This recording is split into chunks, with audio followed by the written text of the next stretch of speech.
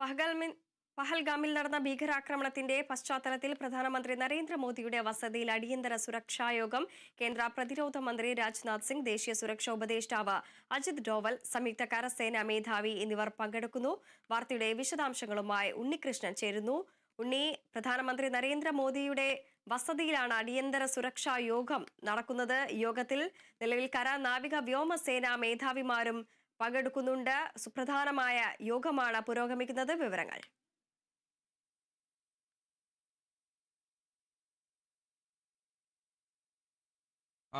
പ്രതിരോധ മന്ത്രി രാജ്നാഥ് സിംഗ്, അതോടൊപ്പം തന്നെ ദേശീയ സുരക്ഷാ ഉപദേഷ്ടാവ് അജിത് ഡോവൽ, സംയുക്ത സൈനിക മേധാവി, കൂടാതെ വിവിധ സേനകളുടെ മേധാവിമാരും ഈ യോഗത്തിൽ പങ്കെടുക്കുന്നുണ്ട്. ആദ്യമായാണ് ഈ പഹൽഗാം ഭീകരാക്രമണത്തിന് ശേഷം സേനാ മേധാവിമാരുടെ യോഗം പ്രധാനമന്ത്രി വിളിക്കുന്നത്. അതുകൊണ്ട് തന്നെ വളരെ പ്രാധാന്യമാണ് ഈ യോഗത്തിനുള്ളതെന്നതും എടുത്തു പറയേണ്ട ഒരു കാര്യം തന്നെയാണ്. സൈനിക രംഗത്തെ തയ്യാറെടുപ്പുകളും അതോടൊപ്പം തന്നെ മറ്റ് സേനാ വിന്യാസമടക്കമുള്ള കാര്യങ്ങളെല്ലാം തന്നെ ഈ യോഗത്തിൽ ചർച്ചയാകുമെന്നാണ് കരുതുന്നത്.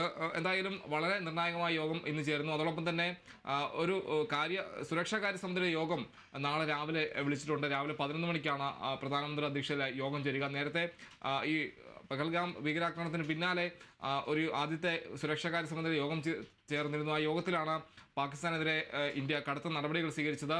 നയതന്ത്രത്തിലടക്കം വളരെ നിർണായകമായ നടപടികളെല്ലാം തന്നെ ഇന്ത്യ സ്വീകരിക്കുകയുണ്ടായി. പാകിസ്ഥാനുള്ള സമീപനം കടുപ്പിക്കുകയുണ്ടായ രീതിയിൽ ആ സുരക്ഷാകാര്യ സമിതി യോഗത്തിന് ശേഷമാണ് നിർണായക തീരുമാനത്തിലേക്ക് ഇന്ത്യ എത്തിയത്.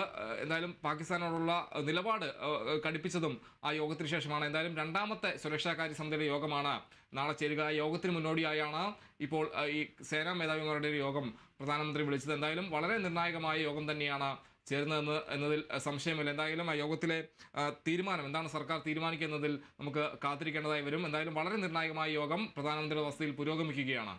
വൃന്ദ. ശരി ഉണ്ണി.